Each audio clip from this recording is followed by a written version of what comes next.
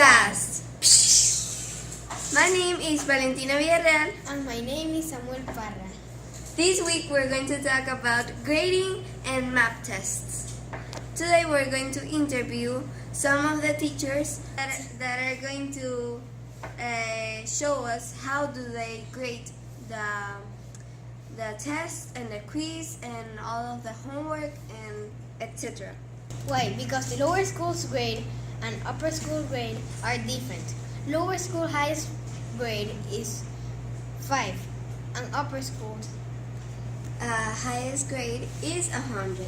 And now we're going to interview some of the teachers. Ting!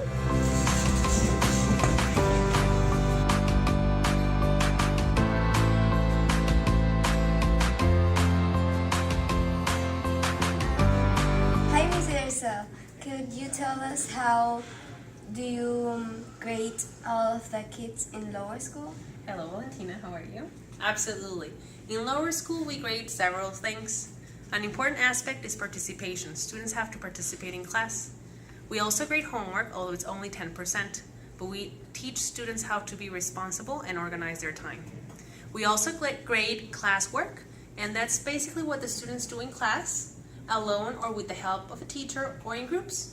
So classwork is a very, very important part of our grading. It's what we see that students do in the classroom without anybody's help, especially from home or from a tutor.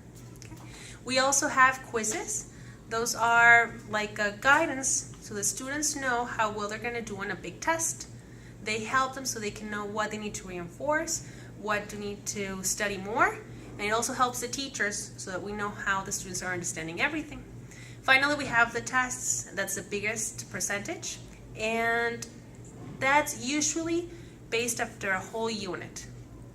We don't do finals in lower school. We have tests when we finish our subjects or our units. Anything else, Valentina? No, thank you. Thank you. Bye-bye. Hello, Miss Francis. Hello, Samuel. How are you? May you help me find how do easy teachers grade the students? Well, in EC3, they're a little different because they are just coming out of the early childhood, still beginning the foundation skills. So how we mostly do is we do assessments. So what we design is at the end of every unit, we usually have a little one-on-one. Each student is taken individually. They don't do a class test, they're taken individually, one-on-one, while I set up other centers for other students to engage in, and students work on a page a day, and I assess and evaluate whether or not they've met the standards and the codes, the objectives that we've been doing over the past few weeks. Does homework counts? Yes, it does.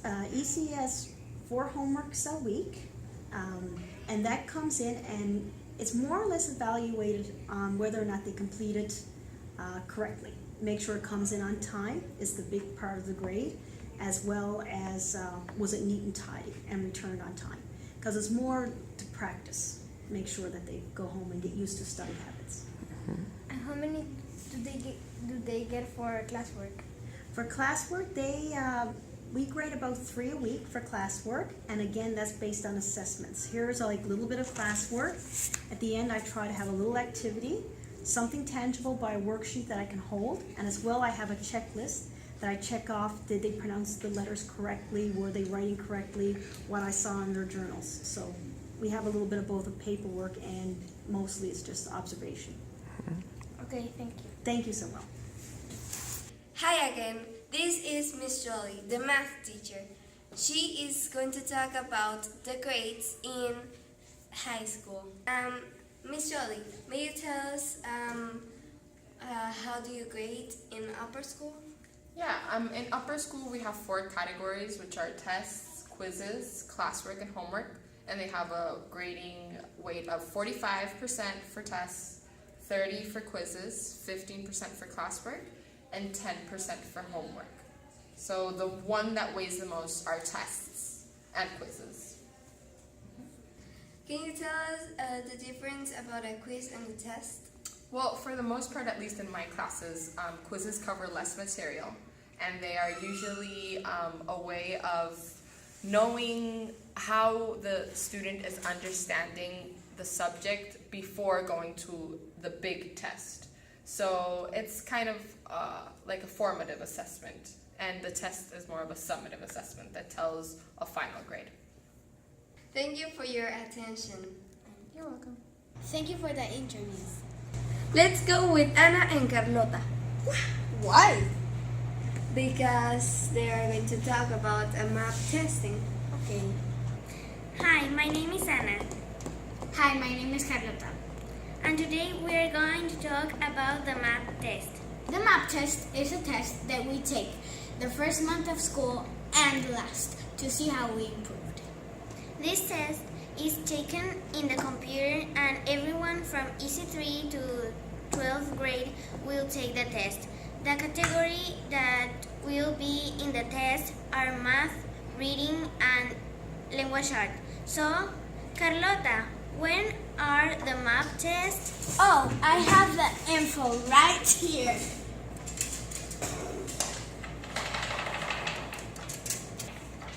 Map test. Thursday, September 22 to Friday, September 30th. That is the date of the map test. Thank you, Carlota. So let's go interview some teachers. Hi, Miss Mariana. Hello, ladies. Hi, Miss Mariana. Welcome to our interviews.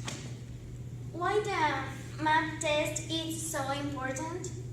Okay, the map test is important because it measures your academic progress. What it means is that with the map test we can know what is the knowledge that you acquired last school year. We are going to have 3 different sections. This school year we decided that it will be easy for all of you if we only do 2 sessions. Our spring session, that is at the end of the school year, and the one that we're going to have right now, that is fall session, that it will be this week. Okay. And why do we have to take this? It's important because the teacher, at the end of the test, the teacher will have the report of what was your grade. And also it shows the teacher what are the benchmarks, so in this case, the abilities that you don't know.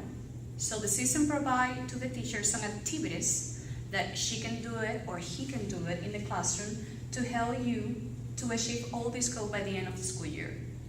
So I see the map test is really important for the school.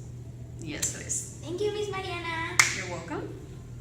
Thank you for the interview. I hope this information was really useful for you. Bye. Thank you. Thank you for the interviews.